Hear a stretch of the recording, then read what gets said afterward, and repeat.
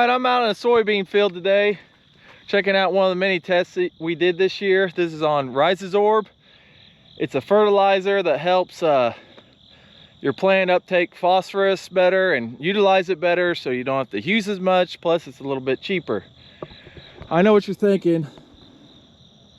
Why put a phosphorus test on a soybean field where corn requires more of it than soybeans? But I need to talk to him again. My plan is to do a multi-year study, kind of like we're doing with the chicken litter. We're in year 2 of that, going to do at least 3.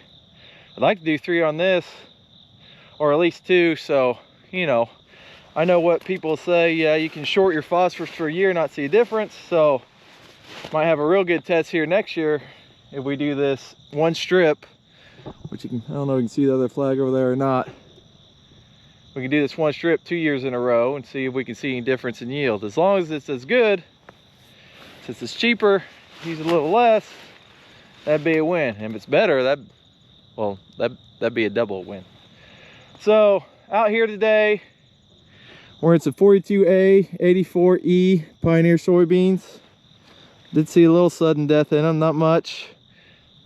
Where this test is 100% irrigated. It's been hot and dry, and that's really been affecting our soybeans. Although, oh, you heard that thunder, we did just get a ½ inch here, so that's welcome news. But we're going to come out here, we're going to take some, Dan Flaherty's going to meet me here. He's our fertilize man, does our recommendations, does our soil samples and everything. We're going to take a couple tissue tests off this.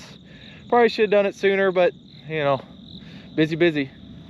And see if we can tell any difference we're going to take a couple samples out of the Rhizosorb strip and a couple samples for where we use our regular fertilize, and then send those off, and then we'll check out the results. We're going to pull a plant at random and do a pod count.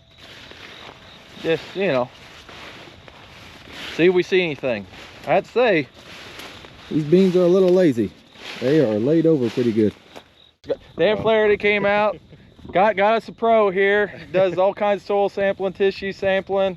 We're gonna fill up 2 bags out of the Rhizobia or the Rhizosorb, and 2 bags out of what we usually do.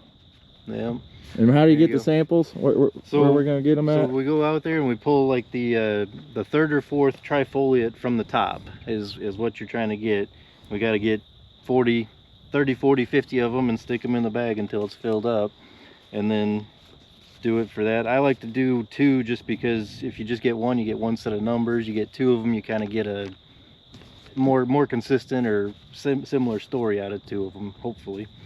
That's typically what I go about doing on the beans that way. I'm just glad you didn't bring a bigger bag, a corn bag or something.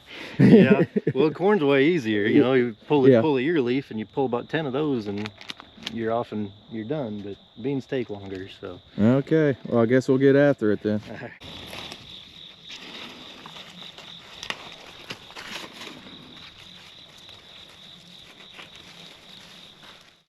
We got our samples.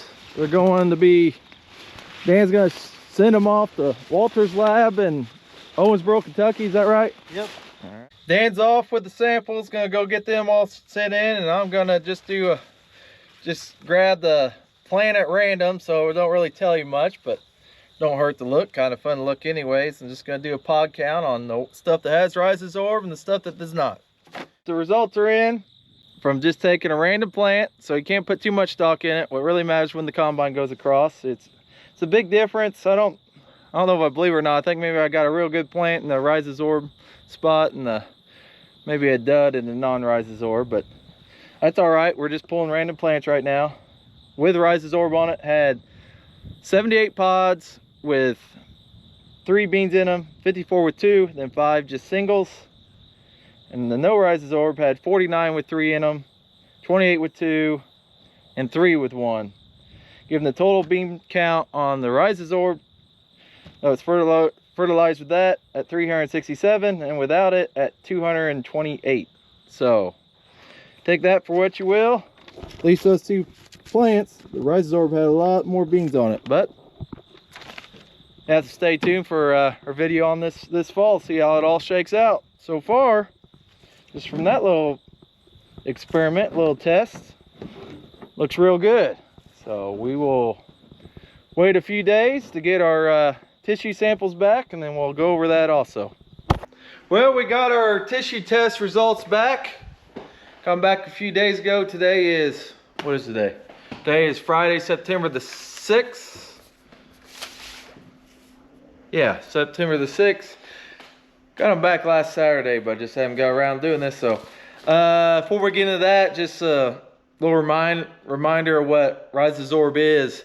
It's an 839O fertilize that's supposed to optimize phosphorus. It's coated with, or it's got some stuff on it that's supposed to enhance phosphorus uptake by 50%, so you don't have to put as much on. And so then that makes your costs about roughly 20% less. So, you know, with all that being true, and plus that also is supposed to decrease your phosphorus runoff by 58%, and then you got to handle it 33% less. So with all that being true, if it's just even on yield, it's a win. So let's just take a look at it, shall we? Go to the Rhizosorb tissue test here. Look across here. We look good on everything except for potassium. Magnesium's a little low, so that might be something we might need to address. We'll go more into soil samples to figure that out. Maybe the plant just wasn't taking it up.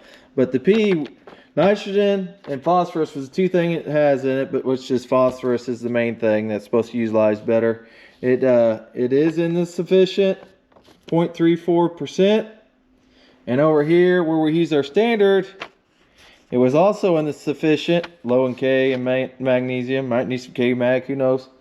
And it was also in the sufficient and 0.33%. Flip it over, also 0.33%. And the other Rhizosorb, because we took two of each, was 0.34%. So, findings from just the tissue test is put on less phosphorus and did not suffer any consequences in the tissue results. It has just as much phosphorus as what we use Rhizosorb, what we usually have.